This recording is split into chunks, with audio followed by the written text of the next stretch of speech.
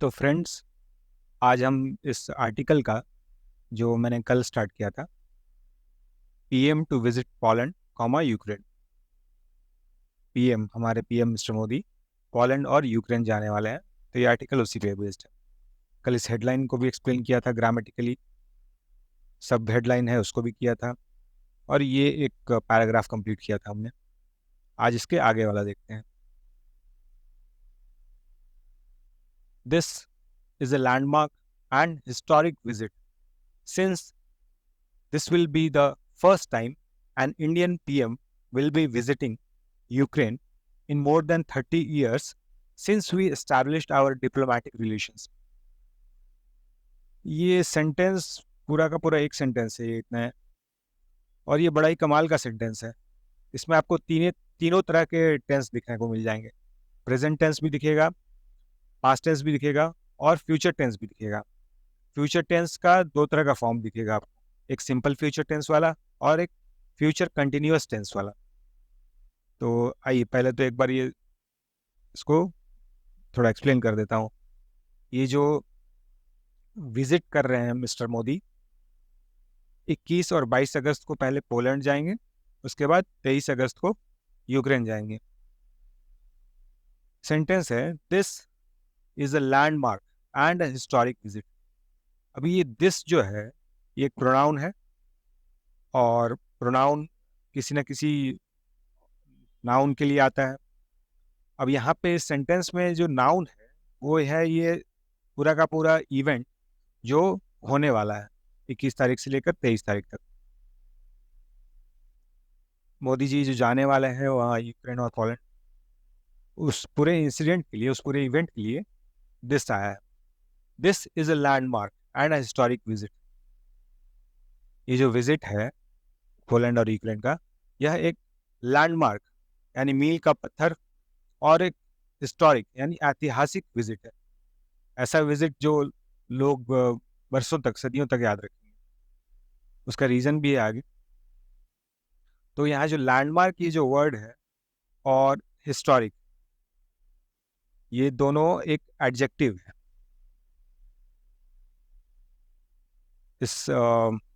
ये जो पूरा इवेंट है विजिट करने वाला, जिसको कि ये दिस प्रोनाउन से हम लोग अभी यहाँ पे रेफर कर रहे हैं, तो कोई भी एडजेक्टिव यानी विशेषण जो होता है वो या तो नाउन के लिए आता है या प्रोनाउन के लिए आता है। तो यहाँ पे इस प्रोनाउन के लिए आया है, ये इसके लिए आया है, ये दोनों adjective. This will be the first time an Indian PM will be visiting Ukraine. अब सिंस जो है, ये एक कंजंक्शन का काम कर रहा है। कंजंक्शन क्या करता है? सेंटेंस के दो भागों को जोड़ता है, दो शब्दों को जोड़ेगा या दो खंडों को जोड़ेगा। ऐसे खंड जो एक इंडिपेंडेंट हो और एक डिपेंडेंट हो। इंडिपेंडेंट यानी स्वतंत्र खंड, और एक डिपेंडेंट क्लॉज होगा यानी कि आश्रित खंड, जो इंडिपेंडेंट क्लॉज के ऊपर निर्भर करेगा। इंडिपेंडेंट क्लॉज होगा तो ये होगा। सो बेसिकली उसके ऊपर निर्भर कर रहा है, उसके ऊपर आश्रित है, उसके होने पे ही ये डिपेंडेंट वाला क्लॉज होता है। इसलिए इसको डिपेंडेंट क्लॉज कहते हैं, आश्रित खंड। तो यहाँ पर ये जो विजिट है, ये अगर नहीं होगा तो ये भी नहीं होगा कि इतने सालों में कोई पहला प्रधानमंत्री जा रहा होगा वहाँ। वो जाएंगे तो ये एक हिस्टोरिक मोमेंट बनेगा, एक ऐतिहासिक मोमेंट बनेगा, एक लैंडमार्क मोमेंट बनेगा कि हाँ भाई, इतने सालों के बाद, 30 सालों के बाद कोई भारतीय प्रधानमंत्री वहाँ गया है। तो इसलिए ये जो सेंटेंस है, दिस से लेकर विजिट तक, ये एक इंडिपेंडेंट क्लॉज है, स्वतंत्र खंड है। This is a landmark and a historic visit, will be the first time an Indian PM will be visiting Ukraine. ये यहाँ से लेके, विल से लेके यूक्रेन तक एक डिपेंडेंट क्लॉज है यानी आश्रित खंड। इस स्वतंत्र खंड के होने के ऊपर डिपेंड करता है कि ये एक ऐतिहासिक मोमेंट बनेगा या नहीं।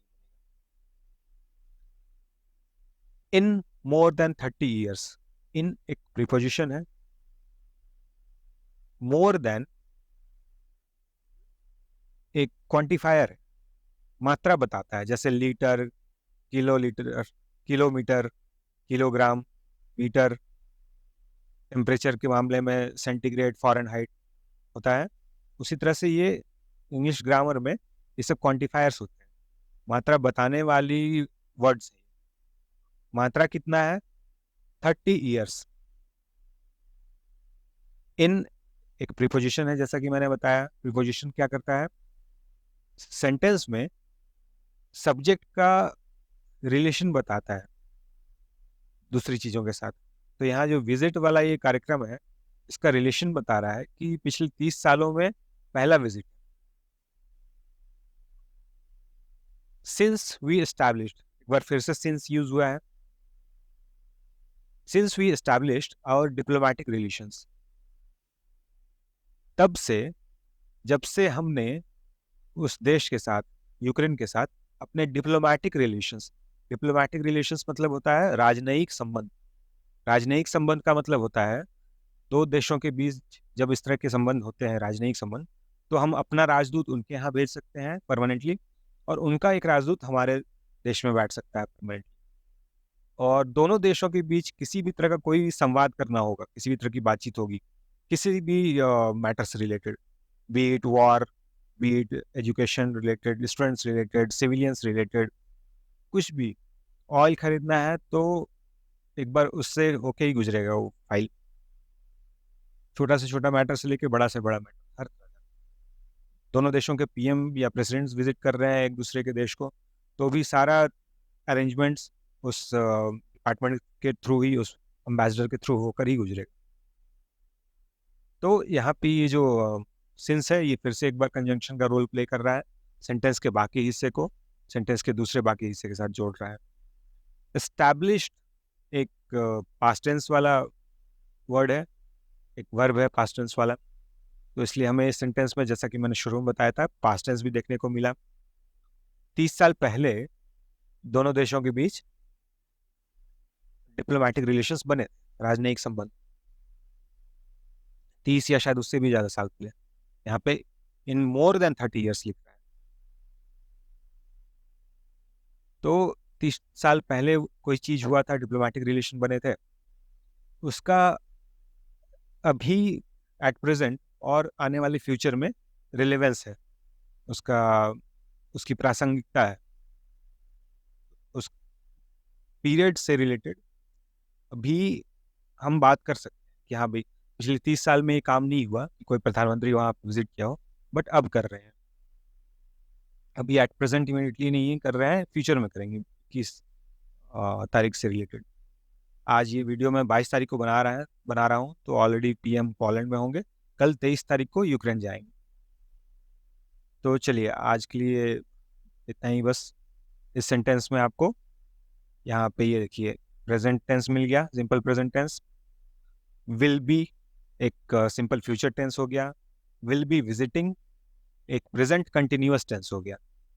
23 तारीख को जब ये विजिट कर रहे होंगे, तो एक सर्टेन पीरियड ऑफ टाइम के लिए, उस पूरे दिन के लिए विजिट कर रहे होंगे यूक्रेन को, तो इसलिए वो एक कंटिन्यूअस एक काम को दिखलाएगा उस पूरे दिन को। इसलिए एक कंटिन्यूअस फ्यूचर टेंस है। विल आ गया तो फ्यूचर लग गया, ऑब्वियसली फ्यूचर बन गया। एस्टैब्लिश्ड,